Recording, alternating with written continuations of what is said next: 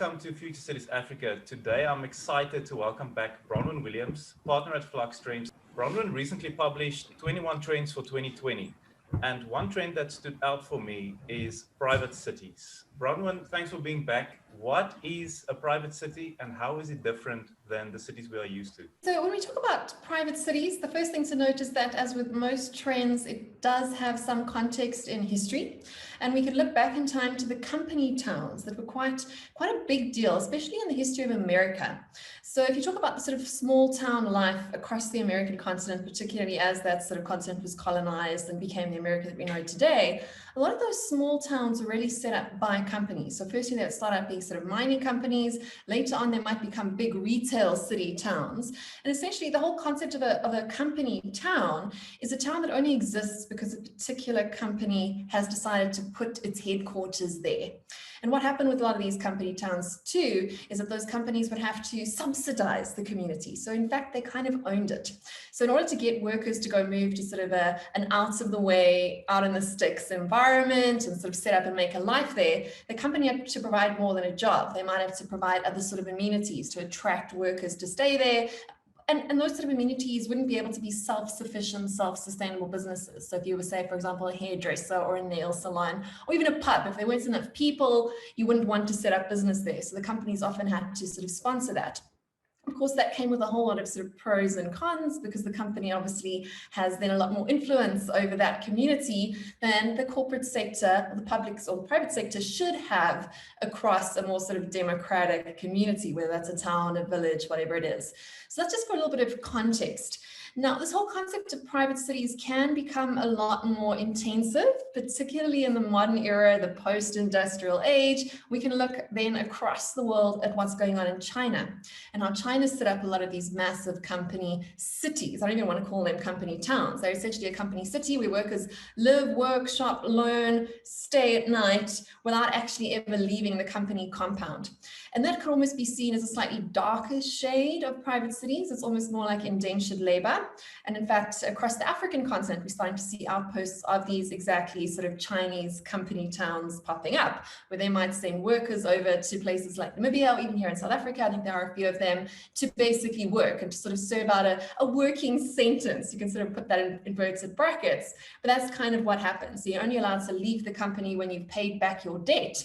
And once again, that's also got parallels in history where you can see what happened with colonization once again, how companies like the Dutch East India Company, for example, the British East India Company, would subsidize sort of settlers' traveling costs or their boat passage, which is how most people got to the new colonies in those sort of bad old days, depending on how you want to look at it.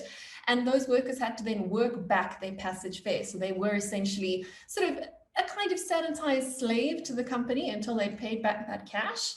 Now looking ahead, it becomes a lot more exciting because you've got Elon Musk, for example, talking about his Mars colonies he wants to put into play, where he's offering to do exactly that sort of deal, where he's offering to pay people's passage to Mars, and in exchange, they're going to have to work that back. And until you've been able to sort of work that back, you are essentially a sort of property to the company. You've got a debt that you have to repay.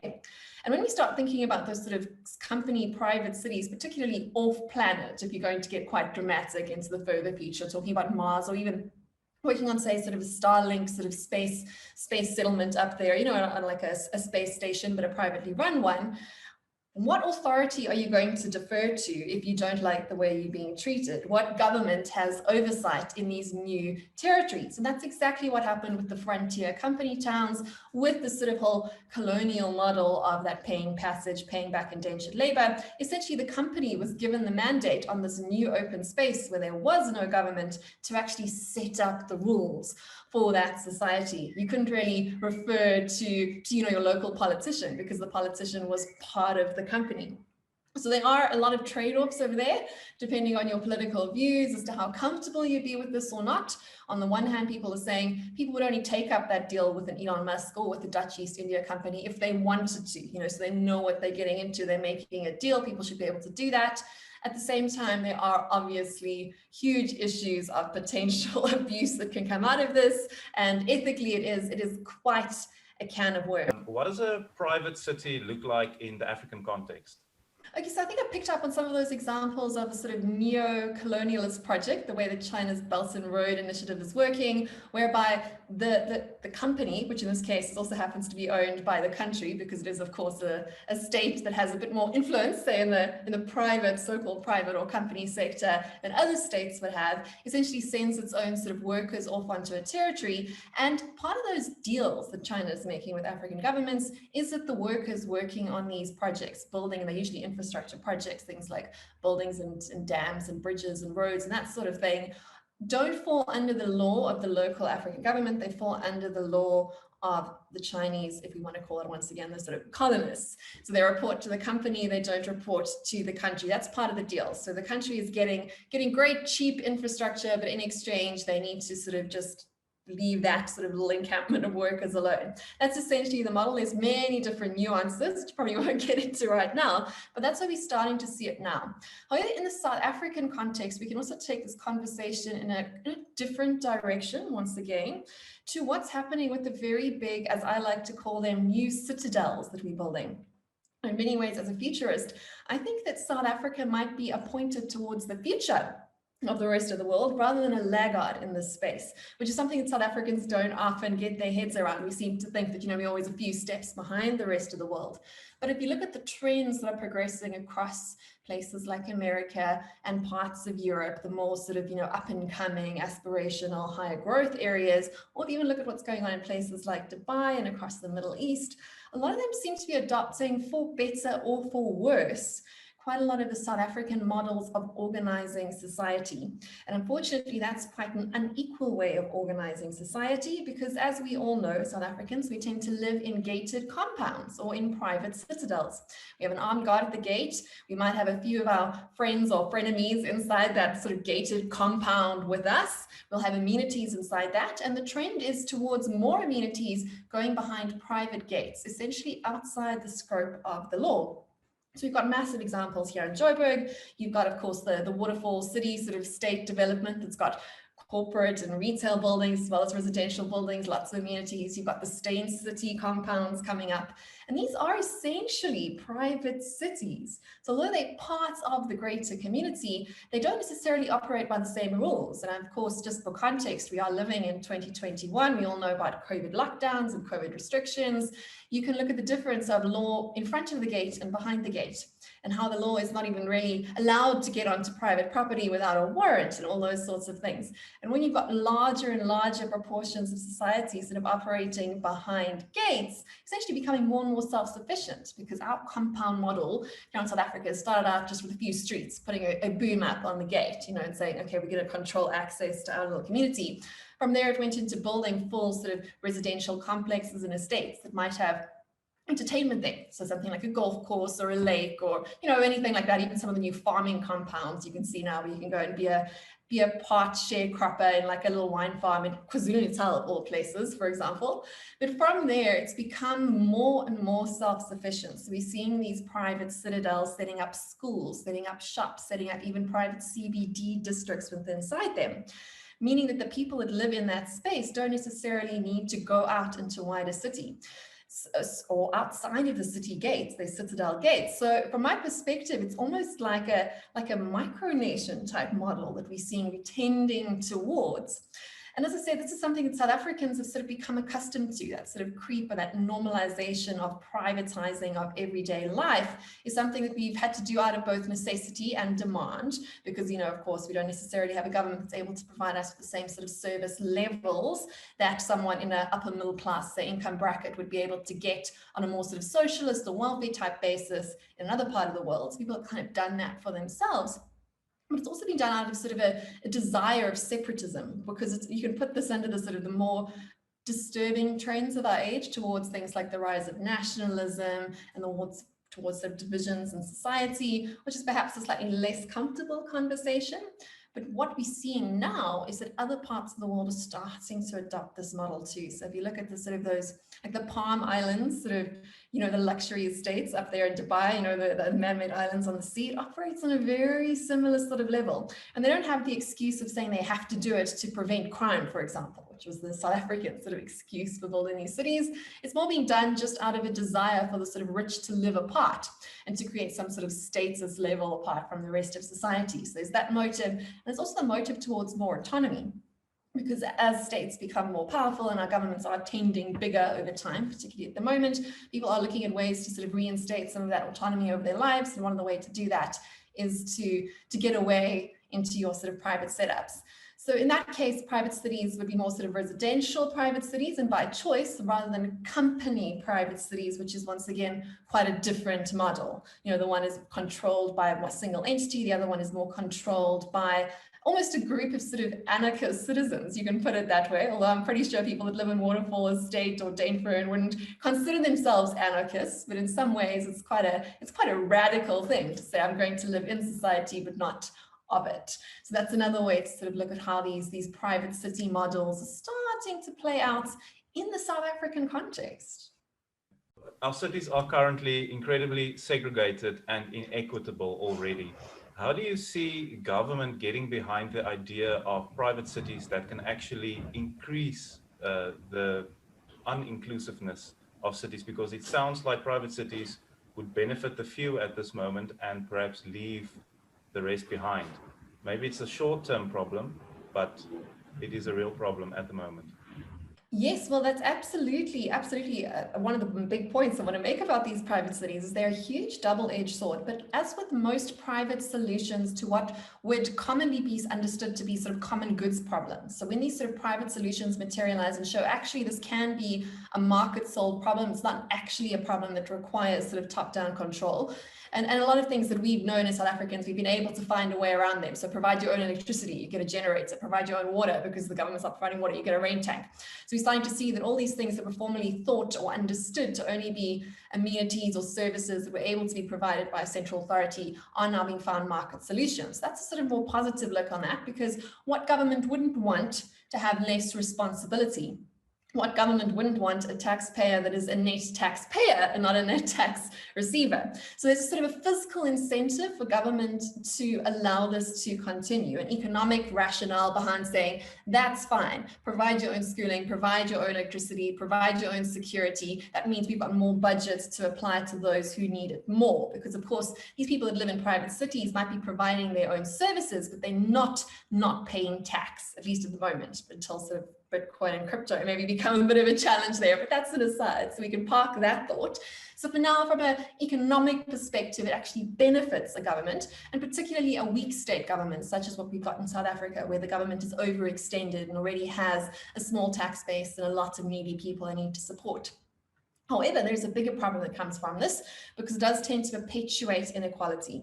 Because when we look at sort of city design and how cities become healthy and become useful for everyone in the community, you need to have that diversity. You need to have people of all different socioeconomic strata bumping into each other, because that's how people are able to have mobility through society. That's how people who are starting off from a less fortunate position are able to make connections with people in more fortunate situations and to sort of work their way up the sort of socio-economic ladder. And you're essentially taking that opportunity away from them when we basically, and it's a horrible thing to say, but it's exactly what we're doing. We're reinstating the whole sort of passbook system that we had during apartheid, right? So you can't come into my suburb unless you've got a pass card, like literally a sticker on your car or an electronic tag. And that's a horrible thing for South Africans who live within these sort of luxury private cities to grapple with. But I think it is a comment that's worth making, because in practical sense, we're doing the same thing. We're creating spatial apartheid and we're enforcing it with very strict border control in the forms of gates, which means that not only are we separating rich and poor, so we're not building social ties that help make a more stronger society and to build sort of trust and respect and kindness and just deal with those sort of socioeconomic divisions on a very social level. We're also literally preventing those people from creating economic ties that could help them to pull themselves up out of the cycles of poverty. So segregating people into rich and poor is not particularly good for innovation, for growth, for social stability and all those sorts of things. And we know that economic divisions, we know that inequalities are one of the most concerning things of our point of time in history, because that is the sort of question that tears societies apart.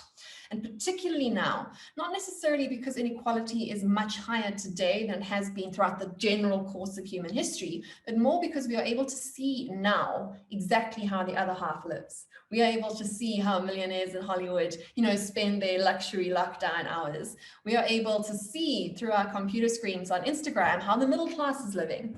So there's no way to sort of hide luxury and excess from people that are having to do without, which means that there's more resentment about inequality than there has been in the past, because people know what they are being denied. And inequality is, of course, something that governments have to be very, very careful about. So governments have to weigh up the challenge of, trying to, enjoy the benefits, the physical benefits, like I explained, of being able to not actually have to spend more money on people who don't actually need that money to be spent, and at the same time trying to control social divisions that could turn into violent unrest. I mean, these sort of divisions are the divisions that lead to things like crime, that lead to things like revolutions, worst case scenario.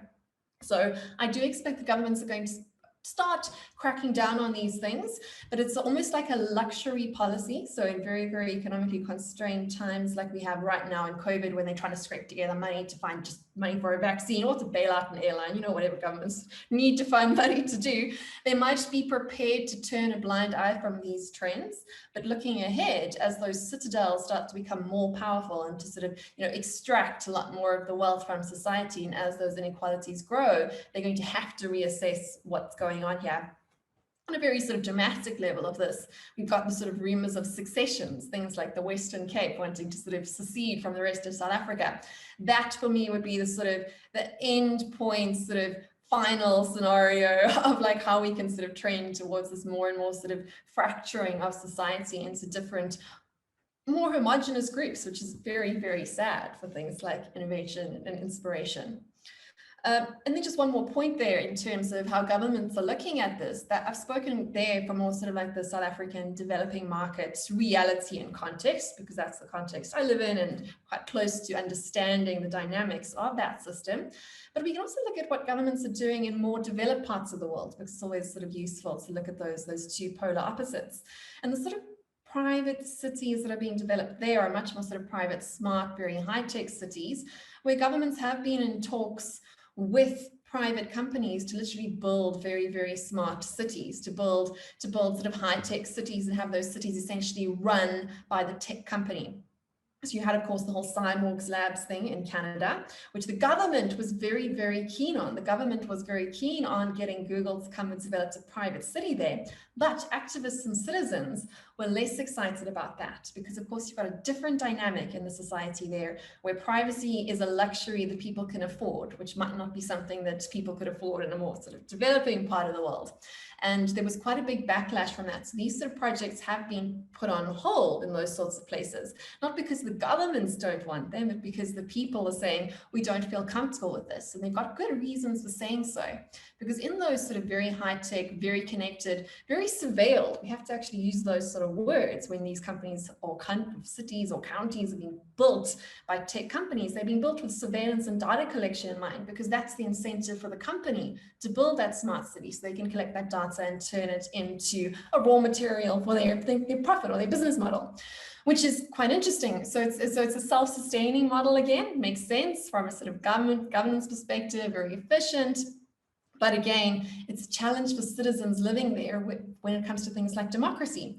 Because essentially, if you're a citizen in a smart surveilled city run by a company, you're no longer actually a democratic citizen that can sort of determine your destiny by voting or participating in a democratic process. You're not ruled by policy. You're essentially ruled by either a protocol or by a set of terms and conditions. So you can imagine that you sort of sign in terms and conditions to go live in your city rather than electing a governor, which is quite an interesting model, but it is something that cities and countries are exploring. In fact, it's not just a very sort of Silicon Valley, very West Coast, very American thing. One of the world's first smart private cities was actually in India, a county called Lavasa, I think it's called, if I'm getting my pronunciation right, which is quite interesting to look at. And it was set up as a smart, privately run city. And it is coming into conflict with the wider community because you've essentially got this sort of self-governed city, and this is like a fully functional city, not just a sort of factory and then the workers that work for it, but it's like a private, sort of almost an experiment they've set up there to do that. It's very, very interesting to see how these ideas start to clash with our concepts of democracy and get us to re-question what it is that we really want.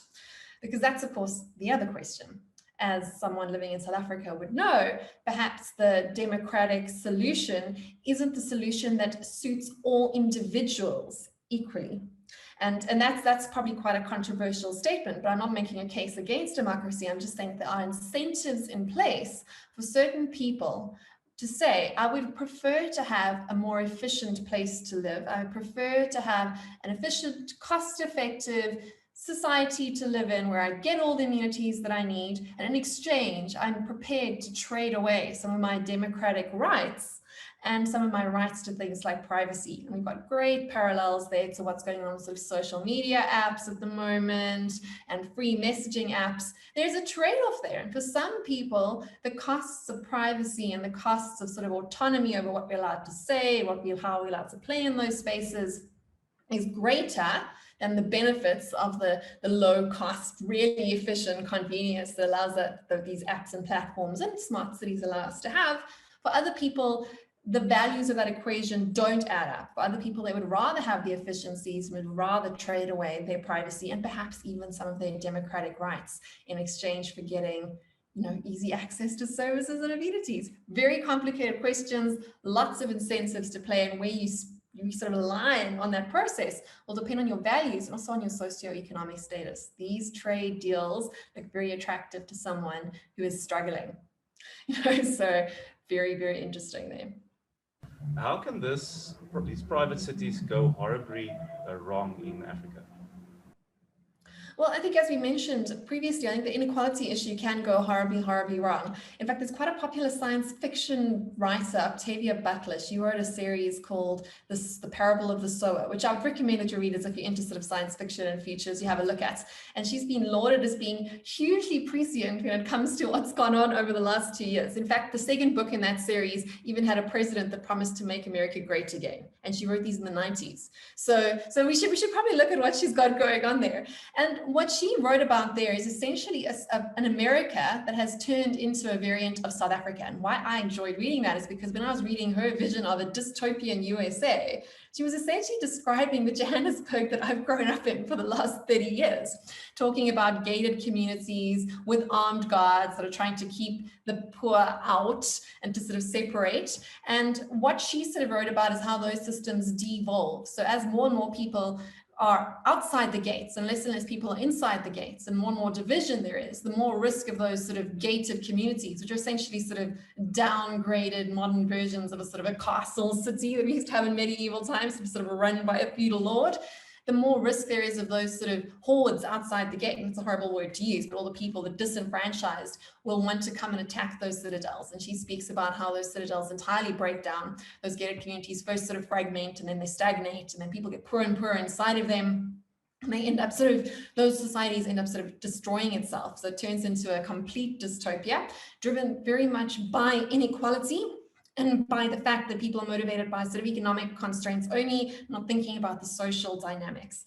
And that's something that, as someone like myself, who does tend to have sort of more free market libertarian tendencies, I'm not exactly fully in that camp, but I do tend to sort of skew towards more freedom and less control. It's something that I've had to really think about as an individual, because actually, if you want to get maximum returns to personal freedom, you have to make sure that your social contract is strong enough that people are prepared in exchange to negotiate that freedom for yourself. And this is why we have things like taxes in place. The tax is essentially you paying protection money. So you're sort of taking a bit from the rich to give to the poor so that people all sort of tend to get along. And that's a sort of a very simplified way to think about why we pay tax. We pay taxes to look after our welfare and our warfare. And warfare is really just a nice alliterative way to sort of talk about the law and order side of what a state provides.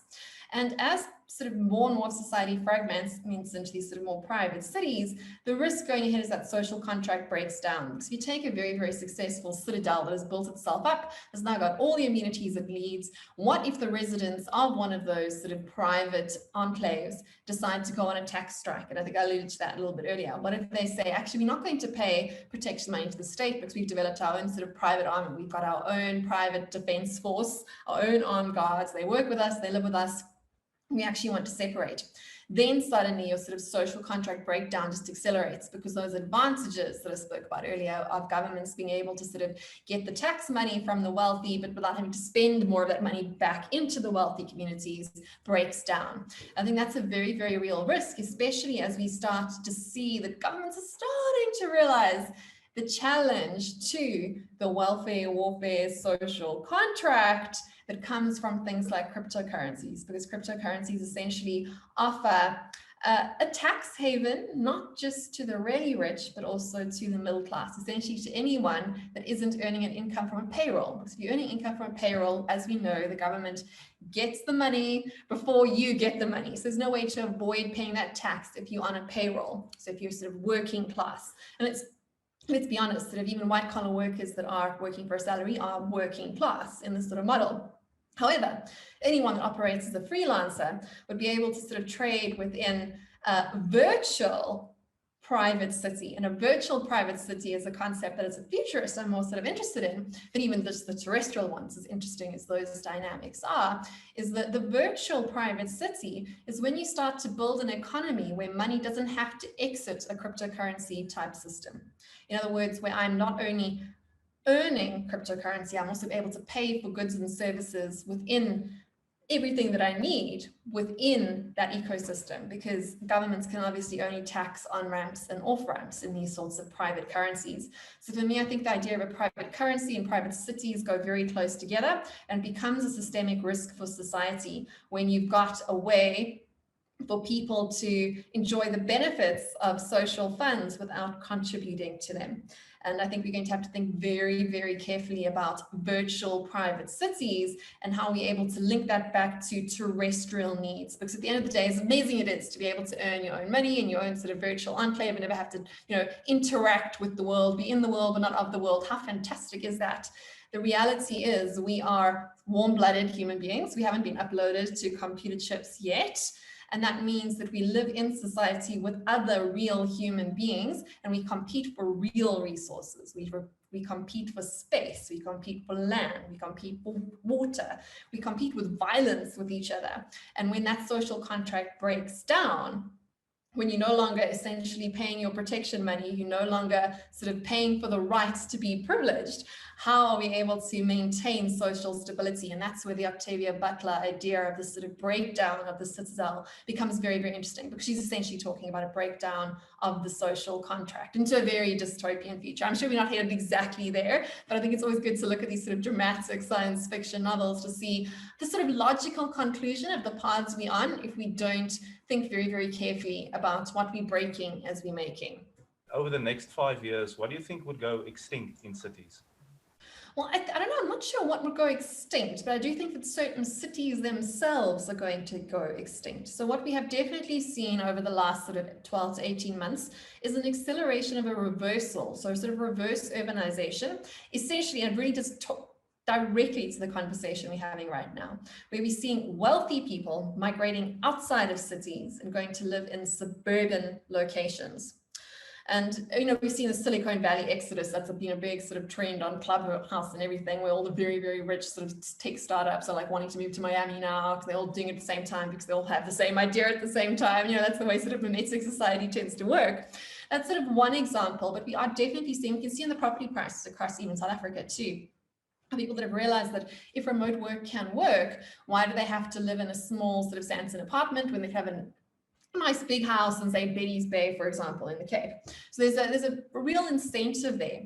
But the danger is, of course, that once again, then we are increasing the separation of society. So we're ending up with wealthier people forming new sort of enclaves. If they aren't private cities yet, but just sort of like areas where wealthy people live, and our cities become places where less wealthy people are. And dynamic, diverse, successful, happy, healthy cities do require a mix of people across the socioeconomic structure.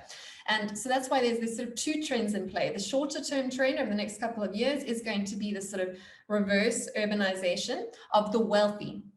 Now, in South Africa, it's more complicated because we still have a larger trend of people moving towards cities. And I think our sort of African Union passports are only going to accelerate that pro-urban trend. But it's a two different streams. So you've got the poorer people heading towards cities and richer people heading out of cities, which is not a healthy sort of trend in that regard.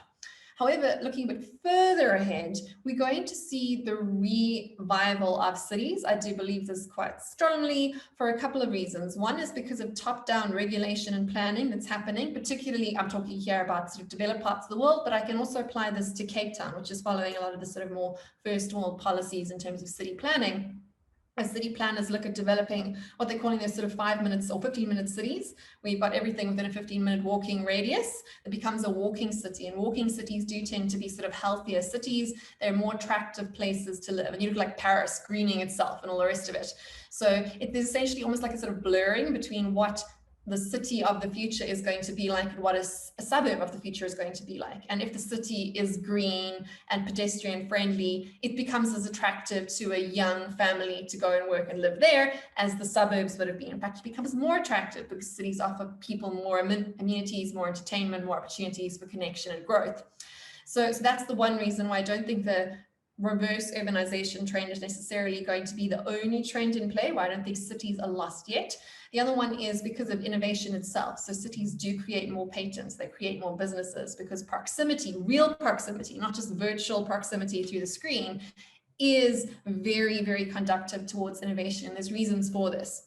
There's no room for serendipity in a virtual connections. Virtual connections and remote work are essentially, once again, a virtual city space, because I'm sure you've seen over the last year, what happens with sort of more virtual connections with colleagues, with suppliers, is that those sort of communications networks don't grow, they become more consolidated because you're not randomly running into other people. And there's many examples for that. So if I was doing this interview with you in your office, I would have spoken to your receptionist, I would have bumped into your colleagues, I might have had a cup of coffee with someone else who happened to be in the office. And that's how serendipitous ties are made, and that's how sort of connections grow. This is the strength of networks. This is how we get innovation. So unless we're able to find ways to create serendipity in our online lives, and we're cutting off so many of those branches, so many of those opportunities to meet strangers that we wouldn't meet in the day-to-day course of our lives, innovation will decline. And that will once again pull a pendulum swing back towards cities to say, okay, no, we want that sort of inspiration. We understand that that's where growth comes from, growth, dynamism, all the rest of it. And then just, of course, the fact that people get lonely. And I think that sort of real human physical connections in the post-COVID world become quite a luxury purchase, but that's a longer term trend. And then looking even further ahead, we're going to be able to solve those serendipity issues. So we're going to see, once again, more arbitrage towards out of cities again. So if the micro trend is wealthy leave cities, the sort of midterm trend is cities like reform in certain ways. And the even longer trend is that it becomes more and more accessible to start creating those serendipitous occasions through things like virtual reality, socializing type platforms, or even through just the evolution of social media from screen-based, which is very closed off, towards more audio and more sort of Ethernet type connections, which makes it more natural ways to connect. And that's going to be facilitated by the likes of, the satellites, internet networks that we put up into the sky. Is essentially going to connect the whole world. So it's not like a case of not being able to get fast internet in a remote location. You're going to be able to work efficiently from essentially anywhere. So we're going to see those sort of that pull push back to and from cities.